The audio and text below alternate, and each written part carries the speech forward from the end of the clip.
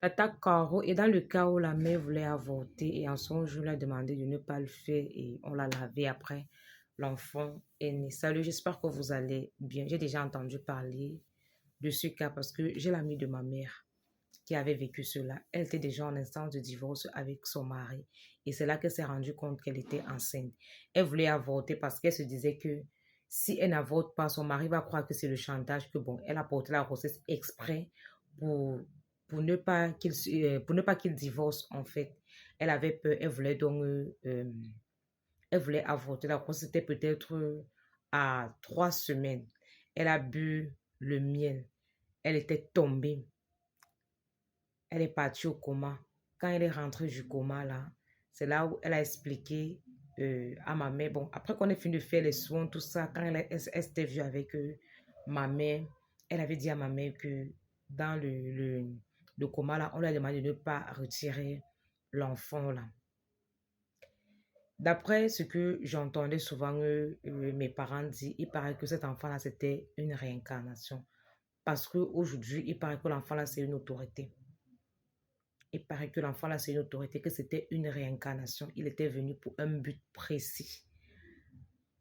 Oui. Et il y a aussi des cas où, par exemple, l'enfant naît, il est bizarre, il est maladif, du coup, il n'est pas très beau, il est laid. Tout le monde commence à dire que c'est le serpent, c'est le serpent. Il faut aller laisser l'enfant là à la rivière, il va se transformer. Je connais un grand ami à moi, comme ça, il est déjà décédé, il s'appelait Charlie.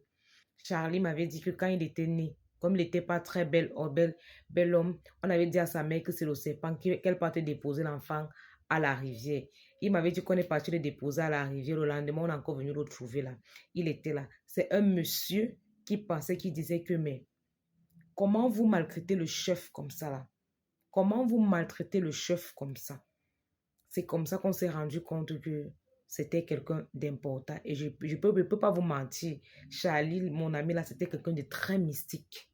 Il était vraiment, vraiment mystique parce que ce sont ces choses de chiffrer, c'est là. C'est là-bas que sa mort est venue.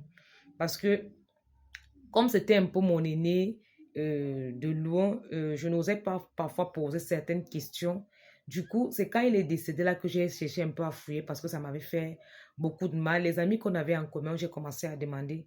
C'est où on m'a dit que c'est à la chefferie que la mort de Charlie est venue là-bas. Il paraît qu'il était une menace, ou c'est pour qui, ou c'est pour qui. Parce que pour ça, même moi, même si là, il m'a beaucoup aidé.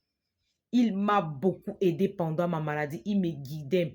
Je peux dire qu'il me conseillait énormément. Il y a beaucoup de cas. Hein. Il y a beaucoup de cas où, par exemple, l'enfant devait passer, mais la maman a reçu un signe ou bien quelque chose s'est passé, l'enfant a survécu. Et après, on s'est rendu compte que l'enfant, c'est quelqu'un d'important. Il est venu pour X ou pour Y. Ces enfants ont souvent une mission précise.